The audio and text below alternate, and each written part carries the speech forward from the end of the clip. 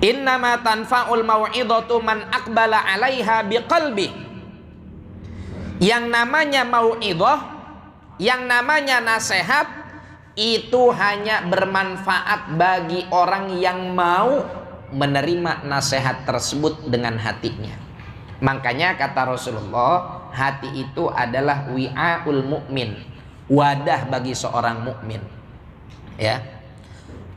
Dan kemudian dalam hadits yang lain, hati itu adalah mahallu nadharillah, tempat di mana Allah Subhanahu wa taala memberikan pandangan dan menggujurkan sir serta faidat dan ilham-ilham yang bisa membuat kita mengetahui alam malakut, yang bisa membuat kita untuk lebih memiliki keyakinan kepada Allah Subhanahu wa taala. Para masyayikh biasanya selalu memberikan perumpamaan kayak begini.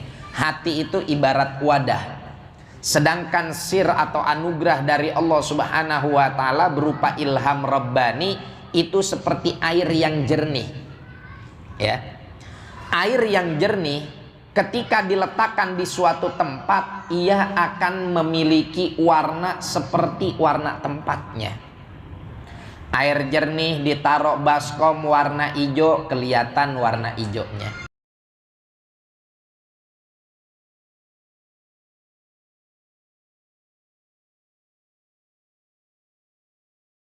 Bismillahirrahmanirrahim. Assalamualaikum warahmatullahi wabarakatuh.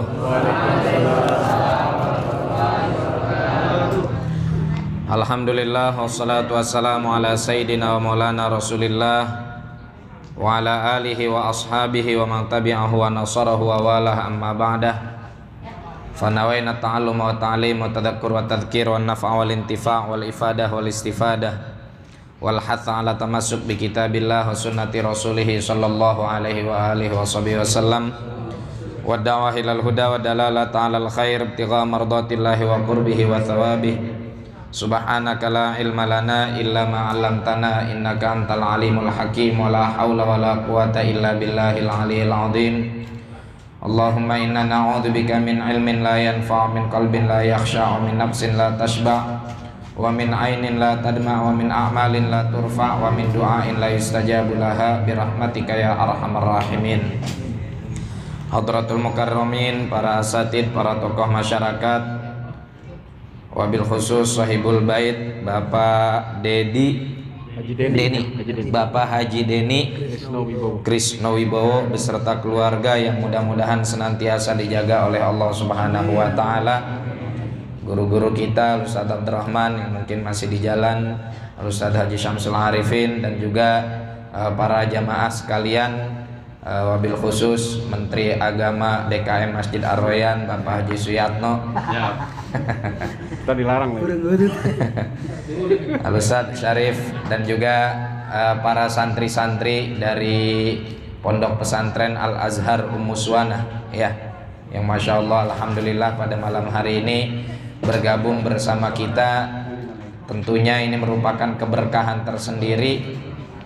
Yang saya tahu santri-santri Al-Azhar Ummuswanah ini mereka fokus untuk menghafal Quran, dan ahlul Quran ahlullahi wa khassatuh. Kata baginda Nabi, ahlul Quran ahlullah wa khassatuh. Orang yang ahli Al-Quran itu ahli Allah Subhanahu wa taala sekaligus. Mereka adalah golongan yang spesial di sisi Allah Subhanahu wa taala. Makanya bapak-bapak jamaah Majelis Ta'lim Ar-Royan yang malam hari ini ngeliat di depannya nih santri-santri, ngapain lagi nyari pusing-pusing yang jauh-jauh. Nah, ini ahlul Quran, makhluk-makhluk spesial pilihan Allah. Kalau cari mantu, cari yang kayak begini nih. Ya, cari yang kayak begini. Tapi santri ngapalin Qurannya niat yang baik, jangan niat nyari anak orang. Ya. Terngapalin Quran niatnya biar dapat anaknya Pak Haji Haidir lagi. Masih sisa berapa Pak Haji? Ada satu. Tuh, hafalin Quran bener. Tapi 30 juz, Tad. Oh iya, harus 30 juz. 30 bukan. Iya, tes. Ntar kita sendiri yang ngetes, ya. Kita sendiri yang ngetes atau bersama guru beliau yang juga guru saya juga, ya. Kita tes. Selesai 30 juz, nah, insyaallah Amin. Benar nggak nih? Benar. Saksi. Benar. Oh. Hadirin sekalian yang dimuliakan oleh Allah Subhanahu wa taala, ya. Emang biasa yang namanya santri itu kalau ada undangan di luar malam minggu itu satu harapan atau satu kebahagiaan tersendiri. Dulu zaman saya nyantri juga kalau ada undangan di luar itu rasanya selain merdeka dari kurungan pondok juga jaminan perut bakal kenyang. Ya. Atau paling tidak ada perbaikan gizi, ya kan? Ada jeruk, ada pisang. Nah, sabar, bentar lagi ditaruh depan ente.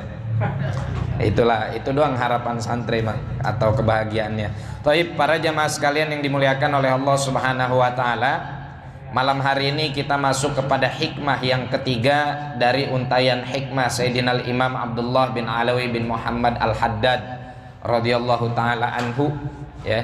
Sebetulnya kabilahnya ini memang Al-Haddad itu dikarenakan mayoritas atau leluhur beliau itu awalnya dulunya adalah seseorang yang bekerja di pandai besi. Tapi Sayyidina Imam Haddad meskipun marganya Al-Haddad, beliau ini punya keistimewaan tersendiri sehingga Al-Haddadnya lebih kepada Haddadul Qulub. Sebagaimana Al-Haddad itu artinya adalah pandai besi, yang bisa bikin besi jadi lumer, yang bisa bikin besi jadi dibentuk. Nah, Sayyidina Imam Haddad ini julukannya adalah orang yang mampu membentuk hati seorang mukmin, ngelumerin dari yang tadinya hatinya keras jadi lumer dan dibentuk menjadi indah untuk taat kepada Allah Subhanahu wa taala. Makanya beliau marganya Al-Haddad, tapi biasanya para masyayikh kita selalu menyematkan gelar Haddadul Qulub karena beliau itu sanggup untuk meluluhkan hati seseorang untuk jadi taat kepada Allah Subhanahu wa taala, ya. Kalau kita Haddadul Qulubnya baru hanya sekedar Haddadul Qulub ke istri doang, ya enggak, kita rayu itu juga kudu dikasih belanjaan dulu. Kalau nggak dikasih belanjaan mah sama aja sih. Ya Pak Haji ya. Iya, kalau udah dikasih belanjaan, dikasih kartu kredit, dikasih ATM unlimited, baru dah tuh masya Allah di mana aja senyum, di mana aja senyum. Curhat ini Ustaz. Enggak sih, enggak dikit. Hadirin sekalian yang dimuliakan oleh Allah Subhanahu wa taala, apa isi hikmah yang ketiga? Qala Sayyiduna Imam Al-Haddad radhiyallahu taala anhu wa nafa'ana bihi wa bi ulumihi wa bi ulumi sairi shalihin wa radhiyallahu anhum wa an nabihim ila anqal An-naimu yuqadu wal ghafilu yudhakkaru wa man lam yujdi fihi tadhkiru wa tanbihu fahuwa mayyit. Innama tanfa'ul mau'idatu man aqbala 'alaiha biqalbihi wa ma yatadhakkaru illa man yunib. Di hikmah yang sebelumnya kita dinasehatin oleh Sayyidina Imam Haddad bahwasanya seseorang yang memposisikan dirinya di hadapan Allah Subhanahu wa taala sebagaimana dia memposisikan budaknya di hadapan dirinya, maka orang tersebut tidak akan pernah meninggalkan kesempurnaan ibadah sedikit pun. Di mana ada kesempurnaan ibadah, disitulah akan dia kerjakan ibadah tersebut. Di hikmah yang ketiga ini beliau menasehati kepada kita bahwasanya tidak semua manusia itu sadar akan hakikat keberadaannya di alam dunia. Tidak semua manusia itu sadar bahwa dunia ini hanya sementara.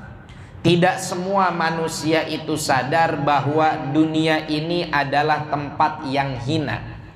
Tidak semua manusia itu sadar bahwa dunia ini tidak lebih berharga dari bangkai semata. Maka dari itu banyak manusia yang matanya melek tapi hatinya tidur. Itulah kenapa kata Sayyidina Imam Haddad, an-naimu yuqad. Orang yang tidur harus dibangunin. Ini sebuah perumpamaan bagi orang yang terlena terhadap dunia. Sayyidina Imam Haddad mengumpamakan orang tersebut seperti orang yang sedang tertidur. Orang yang tidur seindah apapun mimpinya itu hanya sekedar kembang tidur. Orang yang tidur senikmat apapun mimpinya itu hanya sekedar apa yang dia rasakan di dalam tidurnya dan tidak terwujud di dunia nyata. Bapak tidur ngimpi naik pesawat kelas bisnis yang kursinya bisa blonjor, yang yang pramugarinya lebih ajer, lebih santun daripada yang di kelas ekonomi, yang makanannya lebih nikmat, yang peralatan mandinya lebih lengkap, semua serba luksuri. Tapi kalau yang namanya mimpi tersebut hanya ada di alam tidur, ya tetap bangun-bangun ternyata tidurnya di atas tikar pandan, bekas mandiin mayat lagi. Tetap keras-keras juga, nggak mungkin empuk, ya. Itulah kenapa orang yang ada di alam dunia ketika dia berada dalam sebuah kenikmatan duniawi, pada hakikatnya dia berada dalam kenikmatan yang semu. Karena kenikmatan duniawi itu hanya kenikmatan yang semata, semuanya pada waktunya akan sirna. Kullu syai'in halikun illa wajhah. Semua akan sirna kecuali Allah Subhanahu wa ta'ala. Wa ma indakum yanfad wa ma indallahi baq. Yang ada pada kalian semua akan sirna, tapi yang ada pada Allah Subhanahu wa ta'ala dan segala sesuatu yang dinisbatkan kepada Allah Subhanahu wa ta'ala dan segala sesuatu yang dipersembahkan untuk Allah Subhanahu wa ta'ala ini pasti akan abadi. Nah, sekarang kita yang selama ini lebih banyak terlena dalam urusan dunia harus dibangunin. An-naim yuqad wal ghafil yudzakkar. Dan orang yang lalai harus senantiasa diingatkan. Kenapa demikian? Karena kelalaian kita, lupanya kita, terlenanya kita, ini akan menyebabkan satu kerugian yang amat besar di hari akhirat nanti. Apa kerugian tersebut? Kita akan dilupakan oleh Allah Subhanahu wa ta'ala wal'iyadzubillah. Karena Allah sendiri menyatakan, wa man a'rada 'an dzikri fa inna lahu ma'isyatan dongka wa nahsyuruhu yaumal qiyamati a'ma. Qalu lima hasyartani a'ma wa qad kuntu basira. Qala lima hasyartani a'ma wa qad kuntu basira. Orang yang berpaling dari zikir kepadaku, fa inna lahu ma'isyatan dongka, maka dia akan memiliki kehidupan yang sempit. Walaupun ATM-nya unlimited.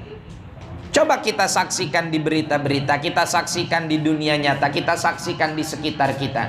Berapa banyak informasi yang sampai ke telinga kita tentang kasus bunuh diri, tentang kasus orang stres yang notabene mereka secara strata sosial adalah orang-orang yang materinya itu di atas rata-rata. Duit banyak kok pusing, iya enggak? Bahkan kadang-kadang kita terkadang suka mikirnya duit dikit pusing. Kita mikirin kadang nggak punya duit pusing, mana minyak goreng mahal, udah mahal langka, ya kan? Kadang kita pusing, udah minyak gorengnya mahal, istri juga sok jual mahal. La ilaha illallah. Makin pusing tuh kan? La ilaha illallah. Kita pulang ke rumah bukannya disambut senyuman, disambut sama body bemo, ya kan? Manyun aja begitu, kagak ada senyum-senyumnya. Kita pulang ke rumah harapan pengen dikasih air putih, ini boro-boro ngambek aja. La ilaha illallah. Tapi ternyata orang yang terikat hatinya dengan Allah Subhanahu wa ta'ala, apapun kondisinya ia akan senantiasa berada dalam ketenangan. Ia akan senantiasa berada dalam kedamaian. Kenapa? Karena dia punya konsep ala bidzikrillahi tatmainnul qulub. Ketahuilah bahwasanya dengan mengingat Allah, dengan zikir kepada Allah Subhanahu wa taala, hati menjadi tenang. Nah, orang yang enggak zikir kepada Allah, hidupnya rungsep, hidupnya rasanya sempit. Yang ada adalah kekhawatiran. Yang ada adalah kekhawatiran. Kita ambil contoh misalkan dua orang penguasa yang kisahnya berbeda, ya. Yang satu penguasa Romawi, bagaimana mereka menjaga setiap jengkal kekuasaannya dengan penuh rasa cemas, dengan penuh rasa takut, dengan penuh rasa kekhawatiran. Atau orang-orang yang bergerak di bidang usaha yang mereka kaitkan hatinya dengan dunia semata, bagaimana mereka merasa kekhawatiran. Coba kayak sekarang yang pengusaha-pengusaha kelas kakap misalkan dengan adanya konflik di Rusia dan Ukraina, udah pusing, ya kan? Yang punya klub Chelsea dijual apa kagak nih sahamnya nih? Dia kan orang Rusia tuh. Kalau nggak dijual takutnya keburu nanti konflik, akhirnya bangkrut, hilang begitu saja. Yang matanya tiap hari melotot di BEI, Bursa Efek Indonesia, ngeliatin saham naik turun, kira-kira bagaimana? Pusing kalau hatinya tidak dikaitkan dengan Allah Subhanahu wa ta'ala. Tapi kalau seorang pengusaha yang selalu mulazamatul dzikir, yang selalu tenang kepada Allah Subhanahu wa ta'ala, yang selalu mengaitkan hatinya dengan Allah Subhanahu wa ta'ala, santai aja, tenang saja hidupnya. Kenapa? Karena dia sadar, dia tahu yang namanya semua yang kita miliki itu bukan milik hakiki. Semua itu hanya titipan Allah Subhanahu wa ta'ala. Nah, ini yang perlu kita sadari. Maka dari itu an-naim yuqad, orang yang tidur harus selalu dibangunin. Wal ghafil yudzakkar, dan orang yang lalai harus selalu diingatkan. Nah, diingatkan dengan apa? Diingatkan dengan zikir kepada Allah Subhanahu wa ta'ala, diingatkan dengan fikir, diingatkan dengan datang ke majelis taklim, diingatkan dengan datang ke majelis ilmu, diingatkan untuk sholat berjamaah, ya. Karena kalau kita berpaling itu tadi, di dunia ma'isyah bongkar, hidupnya, hatinya rasanya sempit, walaupun secara ekonomi mungkin dia terlihat lebih daripada yang lain. Bahkan terkadang kita lihat ada orang miskin justru hidupnya nyantai-nyantai. Padahal pagi ketemunya ikan asin, siang ketemunya ikan teri, sore ketemunya nggak ketemu kadang. Ikan kembung. Ya, ikan kembung. Atau pagi terkadang sarapannya hanya sekedar singkong dengan kopi pasar rubuh. Ya kan? Siang baru ketemu nasi seadanya. Tapi mereka terkadang lebih nyaman, mereka lebih tenang. Kenapa? Karena yang mereka tautkan hati mereka hanya kepada Allah Subhanahu wa ta'ala, ya. Tapi terkadang ada orang misalkan yang secara ekonomi lebih mapan, tapi ujiannya Masya Allah banyaknya minta ampun, nggak tenang, akhirnya mengakhiri hidup dengan cara yang diharamkan oleh Allah Subhanahu wa ta'ala. Itu baru di dunia. Dan di akhirat apa yang terjadi? Wa nahsyuruhu yaumal qiyamati a'ma. Hari kiamat dibangkitkan oleh Allah Subhanahu wa ta'ala dalam keadaan buta. Komplain dia, ya Allah, lima asyartani a'ma wa qad kuntu basira. Kenapa engkau bangkitkan aku dalam keadaan buta, padahal dulu aku di dunia ini orang melek, bisa melek, ya. Apa kata Allah Subhanahu wa ta'ala? Dulu kamu di dunia lupa kepadaku, fakadzalikal yauma tuhsa. Sehingga hari ini aku lupakan kamu dari rahmatku, dari kasih sayangku. Itu yang kita khawatirkan apabila kita banyak lupa kepada Allah Subhanahu wa ta'ala. Nah, kemudian wa man lam yujdi fihi tadhkir wa tanbihu fahuwa mayyit. Orang yang dinasehatin kagak mau nerima, orang yang peringatan dan juga tanbih itu nggak bermanfaat buat dia, ini adalah orang yang mayit, mati hatinya. Khatamallahu ala qulubihim wa ala sam'ihim wa ala absarihim ghishawah. Dan distempel hatinya. Naudzubillah min dzalik. Nah, ini yang kita khawatirkan. Makanya berapa banyak orang yang istilahnya raganya bisa berjalan, fisiknya sehat, tapi hatinya mati. Dan di antara alamat matinya hati adalah ada muqabulin nasihah. Orang dikatakan hatinya mati itu kalau tidak mau nerima nasihat. Kita dinasehatin nih sama orang nih, walaupun posisi kita benar, terus kemudian kita tolak nasihat tersebut, itu alamat orang mati hatinya. Karena yang namanya nasihat mah nggak peduli yang dinasehatin itu benar atau salah. Karena yang namanya nasihat bagian dari ajaran agama. Rasulullah sendiri yang bilang ad-dinu an-nasihah. Agama ini adalah nasihat. Liman ya Rasulullah? Lillahi wa li rasulihi wa li jami'il muslimin. Bagi Allah, bagi Rasulnya, dan juga bagi seluruh kaum muslimin. Terkadang kan kita enggak. Jangankan kita mah dalam posisi benar, posisi salah aja kita dinasehatin masih enggak mau. Padahal sederhana, nerima nasihat orang, nerima saran orang, ya tinggal kita bilang terima kasih, ya terima kasih Pak udah mau nasehatin saya, ya. Itu siapa? Sayyidina Hasan al-Basri radhiyallahu taala anhu. Ini adalah tabi'in jalil yang termasuk ada khilaf. Jadi siapa afdalut tabi'in? Afdalut tabi'in itu para ulama berbeda pendapat. Ada yang mengatakan afdalut tabi'in itu Sayyidina Uwais al-Qarni, karena masuk dalam hadis Rasulullah Shallallahu Alaihi Wasallam. Bahkan Rasulullah memerintahkan Sayyidina Ali dan Sayyidina Umar, kalau nanti ada orang ya dari kampung Qoron, ada ciri tompelnya di belakang, ada cirinya di tubuhnya di pundak bagian belakang, terus datang berangkat haji, dia datang ke sini nanti setelah saya wafat, kata Rasulullah, jangan lupa minta dia bacain istighfar buat ente berdua. Tuh, Sayyidina Umar, Sayyidina Ali diperintahkan oleh Rasulullah minta doa sama siapa? Sama tabi'in, Uwais al-Qarni. Padahal kalau secara aturan ilmu tauhid, ya, afdol, manusia paling afdol Rasulullah, para anbiya, kemudian umat-umat Rasulullah yang hidup sezaman Rasulullah, dimulai dengan siapa? Al-Ashrah al-Mubasysyarina bil Jannah. 10 orang yang sudah dapat stempel surga dari Rasulullah SAW. Urutannya, ya, yang 4 itu sesuai dengan urutannya dalam urutan khilafah.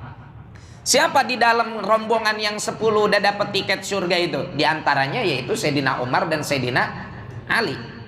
Tapi ketika Rasulullah nasehatin Sayyidina Umar, Sayyidina Ali agar minta doa sama Sayyidina Uwais al-Qarni, yang notabene secara kedudukan lebih rendah karena posisinya adalah tabi'in, apa kemudian Sayyidina Umar gengsi?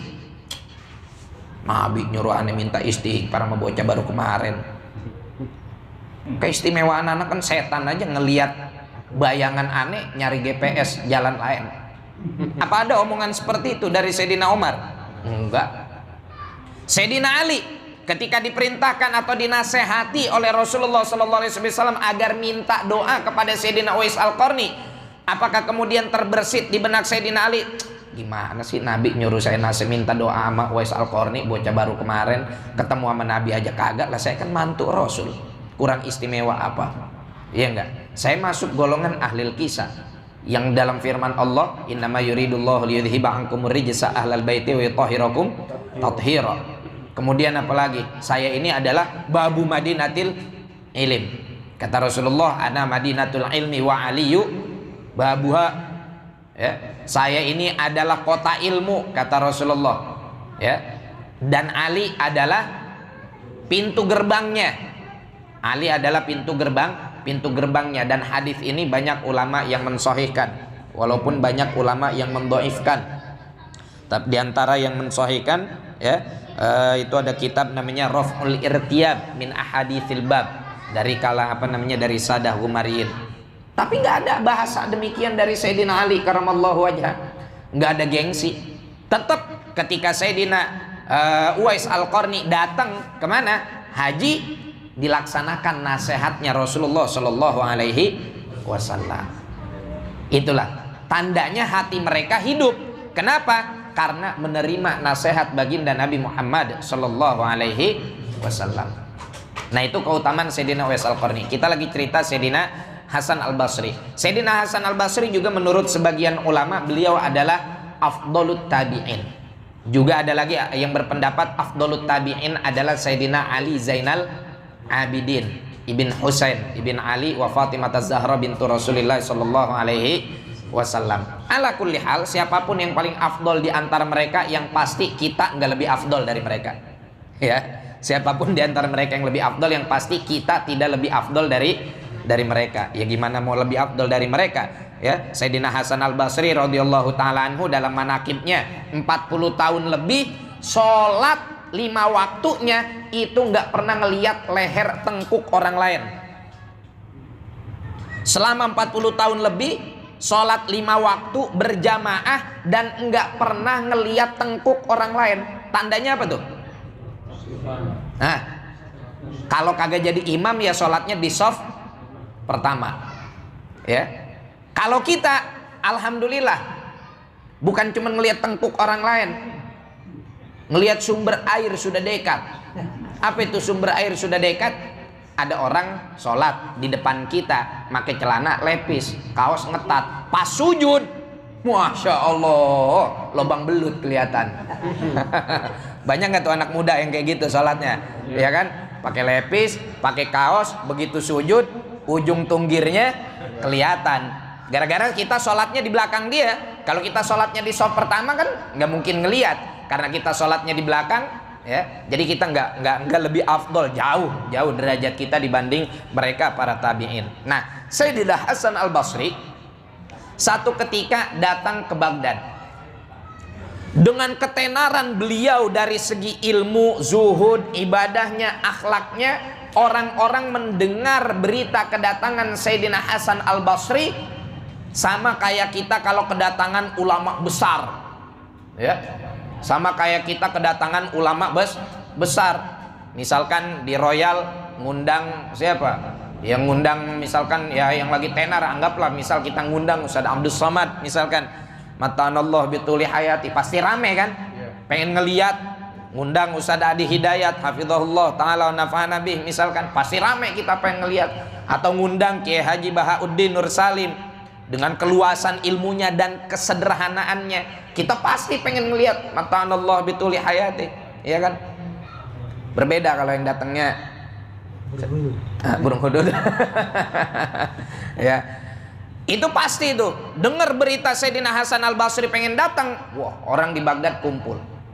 Lagi orang kumpul mengitari Sayyidina Hasan Al-Basri radhiyallahu taala anhu. Apa yang terjadi? Ada seorang ibu-ibu neriakin begini, ya mura'in. Apa artinya ya mura'in? Wahai orang yang dalam perilaku baiknya selalu pengen dilihat orang, riya. Ditujukan ke siapa kata-kata tersebut oleh ini ibu-ibu? Ditujukan kepada Sayyidina Hasan Al-Basri. Tuh ibu-ibu ngomong manggil Sayyidina Hasan Al-Basri, seorang tabi'in yang agung, dengan kata-kata ya mura'in, wahai orang yang riya. Masya Allah. Kalau kita digituin, la ilaha illallah, udah ngamuk. Dasar tukang riya. Wah, langsung kita menggunakan pasal berlapis pencemaran nama baik. Iya kan? Tangkep, borgol, begitu kita mah. Ya. Kalau kita yang kalau kita yang istilahnya di depan halayak umum seperti itu, ya gitulah. Kadang kita juga ya aneh lah dengan kondisi batin kita ini, kadang begitu mudah sekali tersinggung dengan ucapan seseorang yang sebetulnya kalau kita masa bodohin ntar juga adem sendiri. Karena kan sifat ibadur rahman kayak gitu. Wa ibadur rahmanil ladzina yamshuna 'alal ardi hauna wa idza khatabahumul jahiluna qalu salama. Yang namanya ibadur rahman yang hakiki, ya, itu kalau jalan tenang, santai, kalem, nggak ajag ijik, nggak gerasak gerusuk, nggak sen kanan beloknya kiri, ya kan? Wa idza khatabahumul jahilun, kalau ada omongan-omongan dari orang jahil, kalau ada bahasa-bahasa yang berpotensi konflik, udah santai aja. Qalu salama, salama, ntar juga lewat, ntar juga lewat. Wa idza marru bil lagwi marru kirama. Ya. Nah itu. Nah ini Sayyidina Hasan Al-Basri radhiyallahu taala anhu, apakah kemudian beliau membalas ibu-ibu tersebut atau mungkin ngerasa gimana-gimana? Enggak. Apa bahasa yang beliau katakan? Apa bahasa yang beliau katakan? Semoga Allah Subhanahu wa taala membalas kebaikan kepada orang yang telah memperlihatkan hakikat aib yang saya punya. Masya Allah, mulia banget tuh akhlak. Ya. Semoga Allah memberikan ganjaran kebaikan kepada orang yang telah membukakan mata hati saya untuk saya bisa tahu aib yang saya punya. Ya. Itu. Nerima nasihat. Walaupun Masya Allah, Sayyidina Hasan Al-Basri dalam ilmu hadis beliau panutan, beliau sandaran. Riwayat yang sampai kepada beliau termasuk silsilah Dahabiyah. Dalam ilmu tasawuf, ya beliau pakarnya. Dalam ilmu fikih, beliau maestronya. Tapi ketika dipanggil sama orang wadon, sama nenek-nenek, sama ibu-ibu, ya muraid, tidak sedikit pun terlontar dari lisannya amarah. Justru yang dia ucapkan, alhamdulillah, jazallahu anna man absorna uyubana. Semoga Allah memberikan anugerah kepada orang yang telah membukakan diri saya untuk saya bisa tahu aib saya. Kalau kita dikasih tahu aib kita, kita akan membuat sejuta pembelaan terhadap kesalahan kita. Ya, akan membuat sejuta pembelaan terhadap kesalahan kita. Padahal itu udah benar-benar salah. Ya, taib. Ini satu hal yang harus kita berusaha latih. Ya, baik saya ataupun hadirin sekalian, sama-sama kita latih. Karena jangan sampai kita masuk ke dalam kategori orang yang hatinya mati lantaran tidak mau nerima nasihat. Innama tanfa'ul mau'idhatu man aqbala 'alaiha biqalbi. Yang namanya mau'idhah, yang namanya nasihat, itu hanya bermanfaat bagi orang yang mau menerima nasihat tersebut dengan hatinya. Makanya kata Rasulullah, hati itu adalah wi'aul mu'min, wadah bagi seorang mukmin. Ya. Dan kemudian dalam hadits yang lain, hati itu adalah mahallu nadharillah, tempat di mana Allah Subhanahu wa taala memberikan pandangan dan menggujurkan sir serta faidat dan ilham-ilham yang bisa membuat kita mengetahui alam malakut, yang bisa membuat kita untuk lebih memiliki keyakinan kepada Allah Subhanahu wa taala. Para masyayikh biasanya selalu memberikan perumpamaan kayak begini. Hati itu ibarat wadah, sedangkan sir atau anugerah dari Allah Subhanahu wa taala berupa ilham rabbani itu seperti air yang jernih. Ya. Air yang jernih ketika diletakkan di suatu tempat, ia akan memiliki warna seperti warna tempatnya. Air jernih ditaruh baskom warna hijau, kelihatan warna hijaunya. Air jernih ditaruh di baskom warna ungu, kelihatan warna ungunya. Air jernih ditaruh baskom yang belepotan, airnya jadi butek. Air jernih ditaruh baskom yang kotor, airnya menjadi kotor. Nah, hati kita tuh begitu. Kenapa harus selalu kita bersihkan? Karena jangan sampai ketika ada pandangan kasih sayang dari Allah Subhanahu wa taala, kemudian pandangan tersebut, ilham tersebut jadi butek gara-gara hati kita butek. Kalau udah butek udah nggak bermanfaat. Kalau udah keruh udah nggak bermanfaat. Siapa sih yang mau minum air cucian? Nggak ada kan? Nggak ada. Maka dari itu hati yang Allah anugerahkan kepada kita ini harus senantiasa kita jaga, Wa ma yatadzakkaru illa man yunib.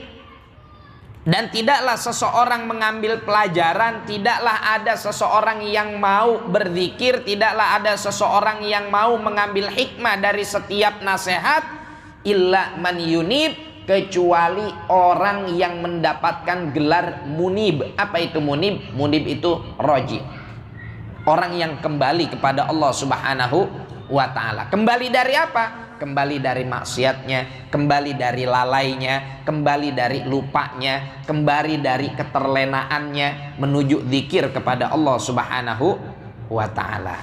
Nah, ini tugas kita adalah yang pertama untuk selalu mengingatkan diri kita.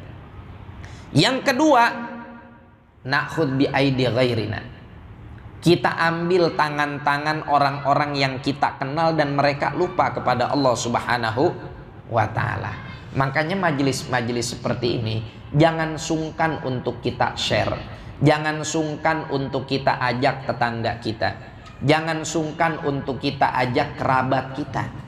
Bahkan kalau bapak-bapak punya anak yang istilahnya gampang diatur atau nggak gampang diatur, bawa ke sini. Kalau pas giliran saya ngisi, saya persilahkan. Mau duduk di dalam atau dibiarin main di luar. Kalaupun mereka dibiarin main di luar dengan teman-temannya yang lain, dipersilahkan, nggak jadi masalah. Supaya apa? Paling tidak mereka sejak kecil sudah kenal majelis taklim. Saya dulu dari kecil dibawa-bawa sama orang tua ke majelis taklim. Makanya bukan hafal banget sih, seenggaknya saya itu barzanji dari dulu itu kalau ngikutin orang baca minimal kita bisa ngikutin, walaupun pas giliran baca nggak pakai buku ya nggak hafal juga. Tapi kalau orang baca kita bisa ngikutin. Itu bukan karena ngapalin, tapi karena apa? Karena kita sering dengar orang tua kita baca itu di majelis-majelis. Saya hafal Al-Ghasyiyah dan Sabihis itu bukan, ingat kali itu, bukan saya setoran hafalan, saya ngapalin, enggak. Gara-gara kalau sholat Jumat, dari saya umur 4 tahun orang tua saya kalau sholat Jumat di Masjid Al-Fitra itu selalu saya diajak di shaf pertama. Dan guru kami Syekhuna Kiai Haji Muhammad Ramli Fadil mata'anallahu bituli hayati itu selalu mengamalkan hadis ini kalau jadi imam, ya. Karena kalau jadi imam Jumat sunnahnya baca rakaat pertama baca Al-A'la Sabihis, rakaat kedua baca Al-Ghasyiyah, atau kalau kita sanggup rakaat pertama baca Al-Jumu'ah, rakaat kedua baca Al-Munafiqun, ya.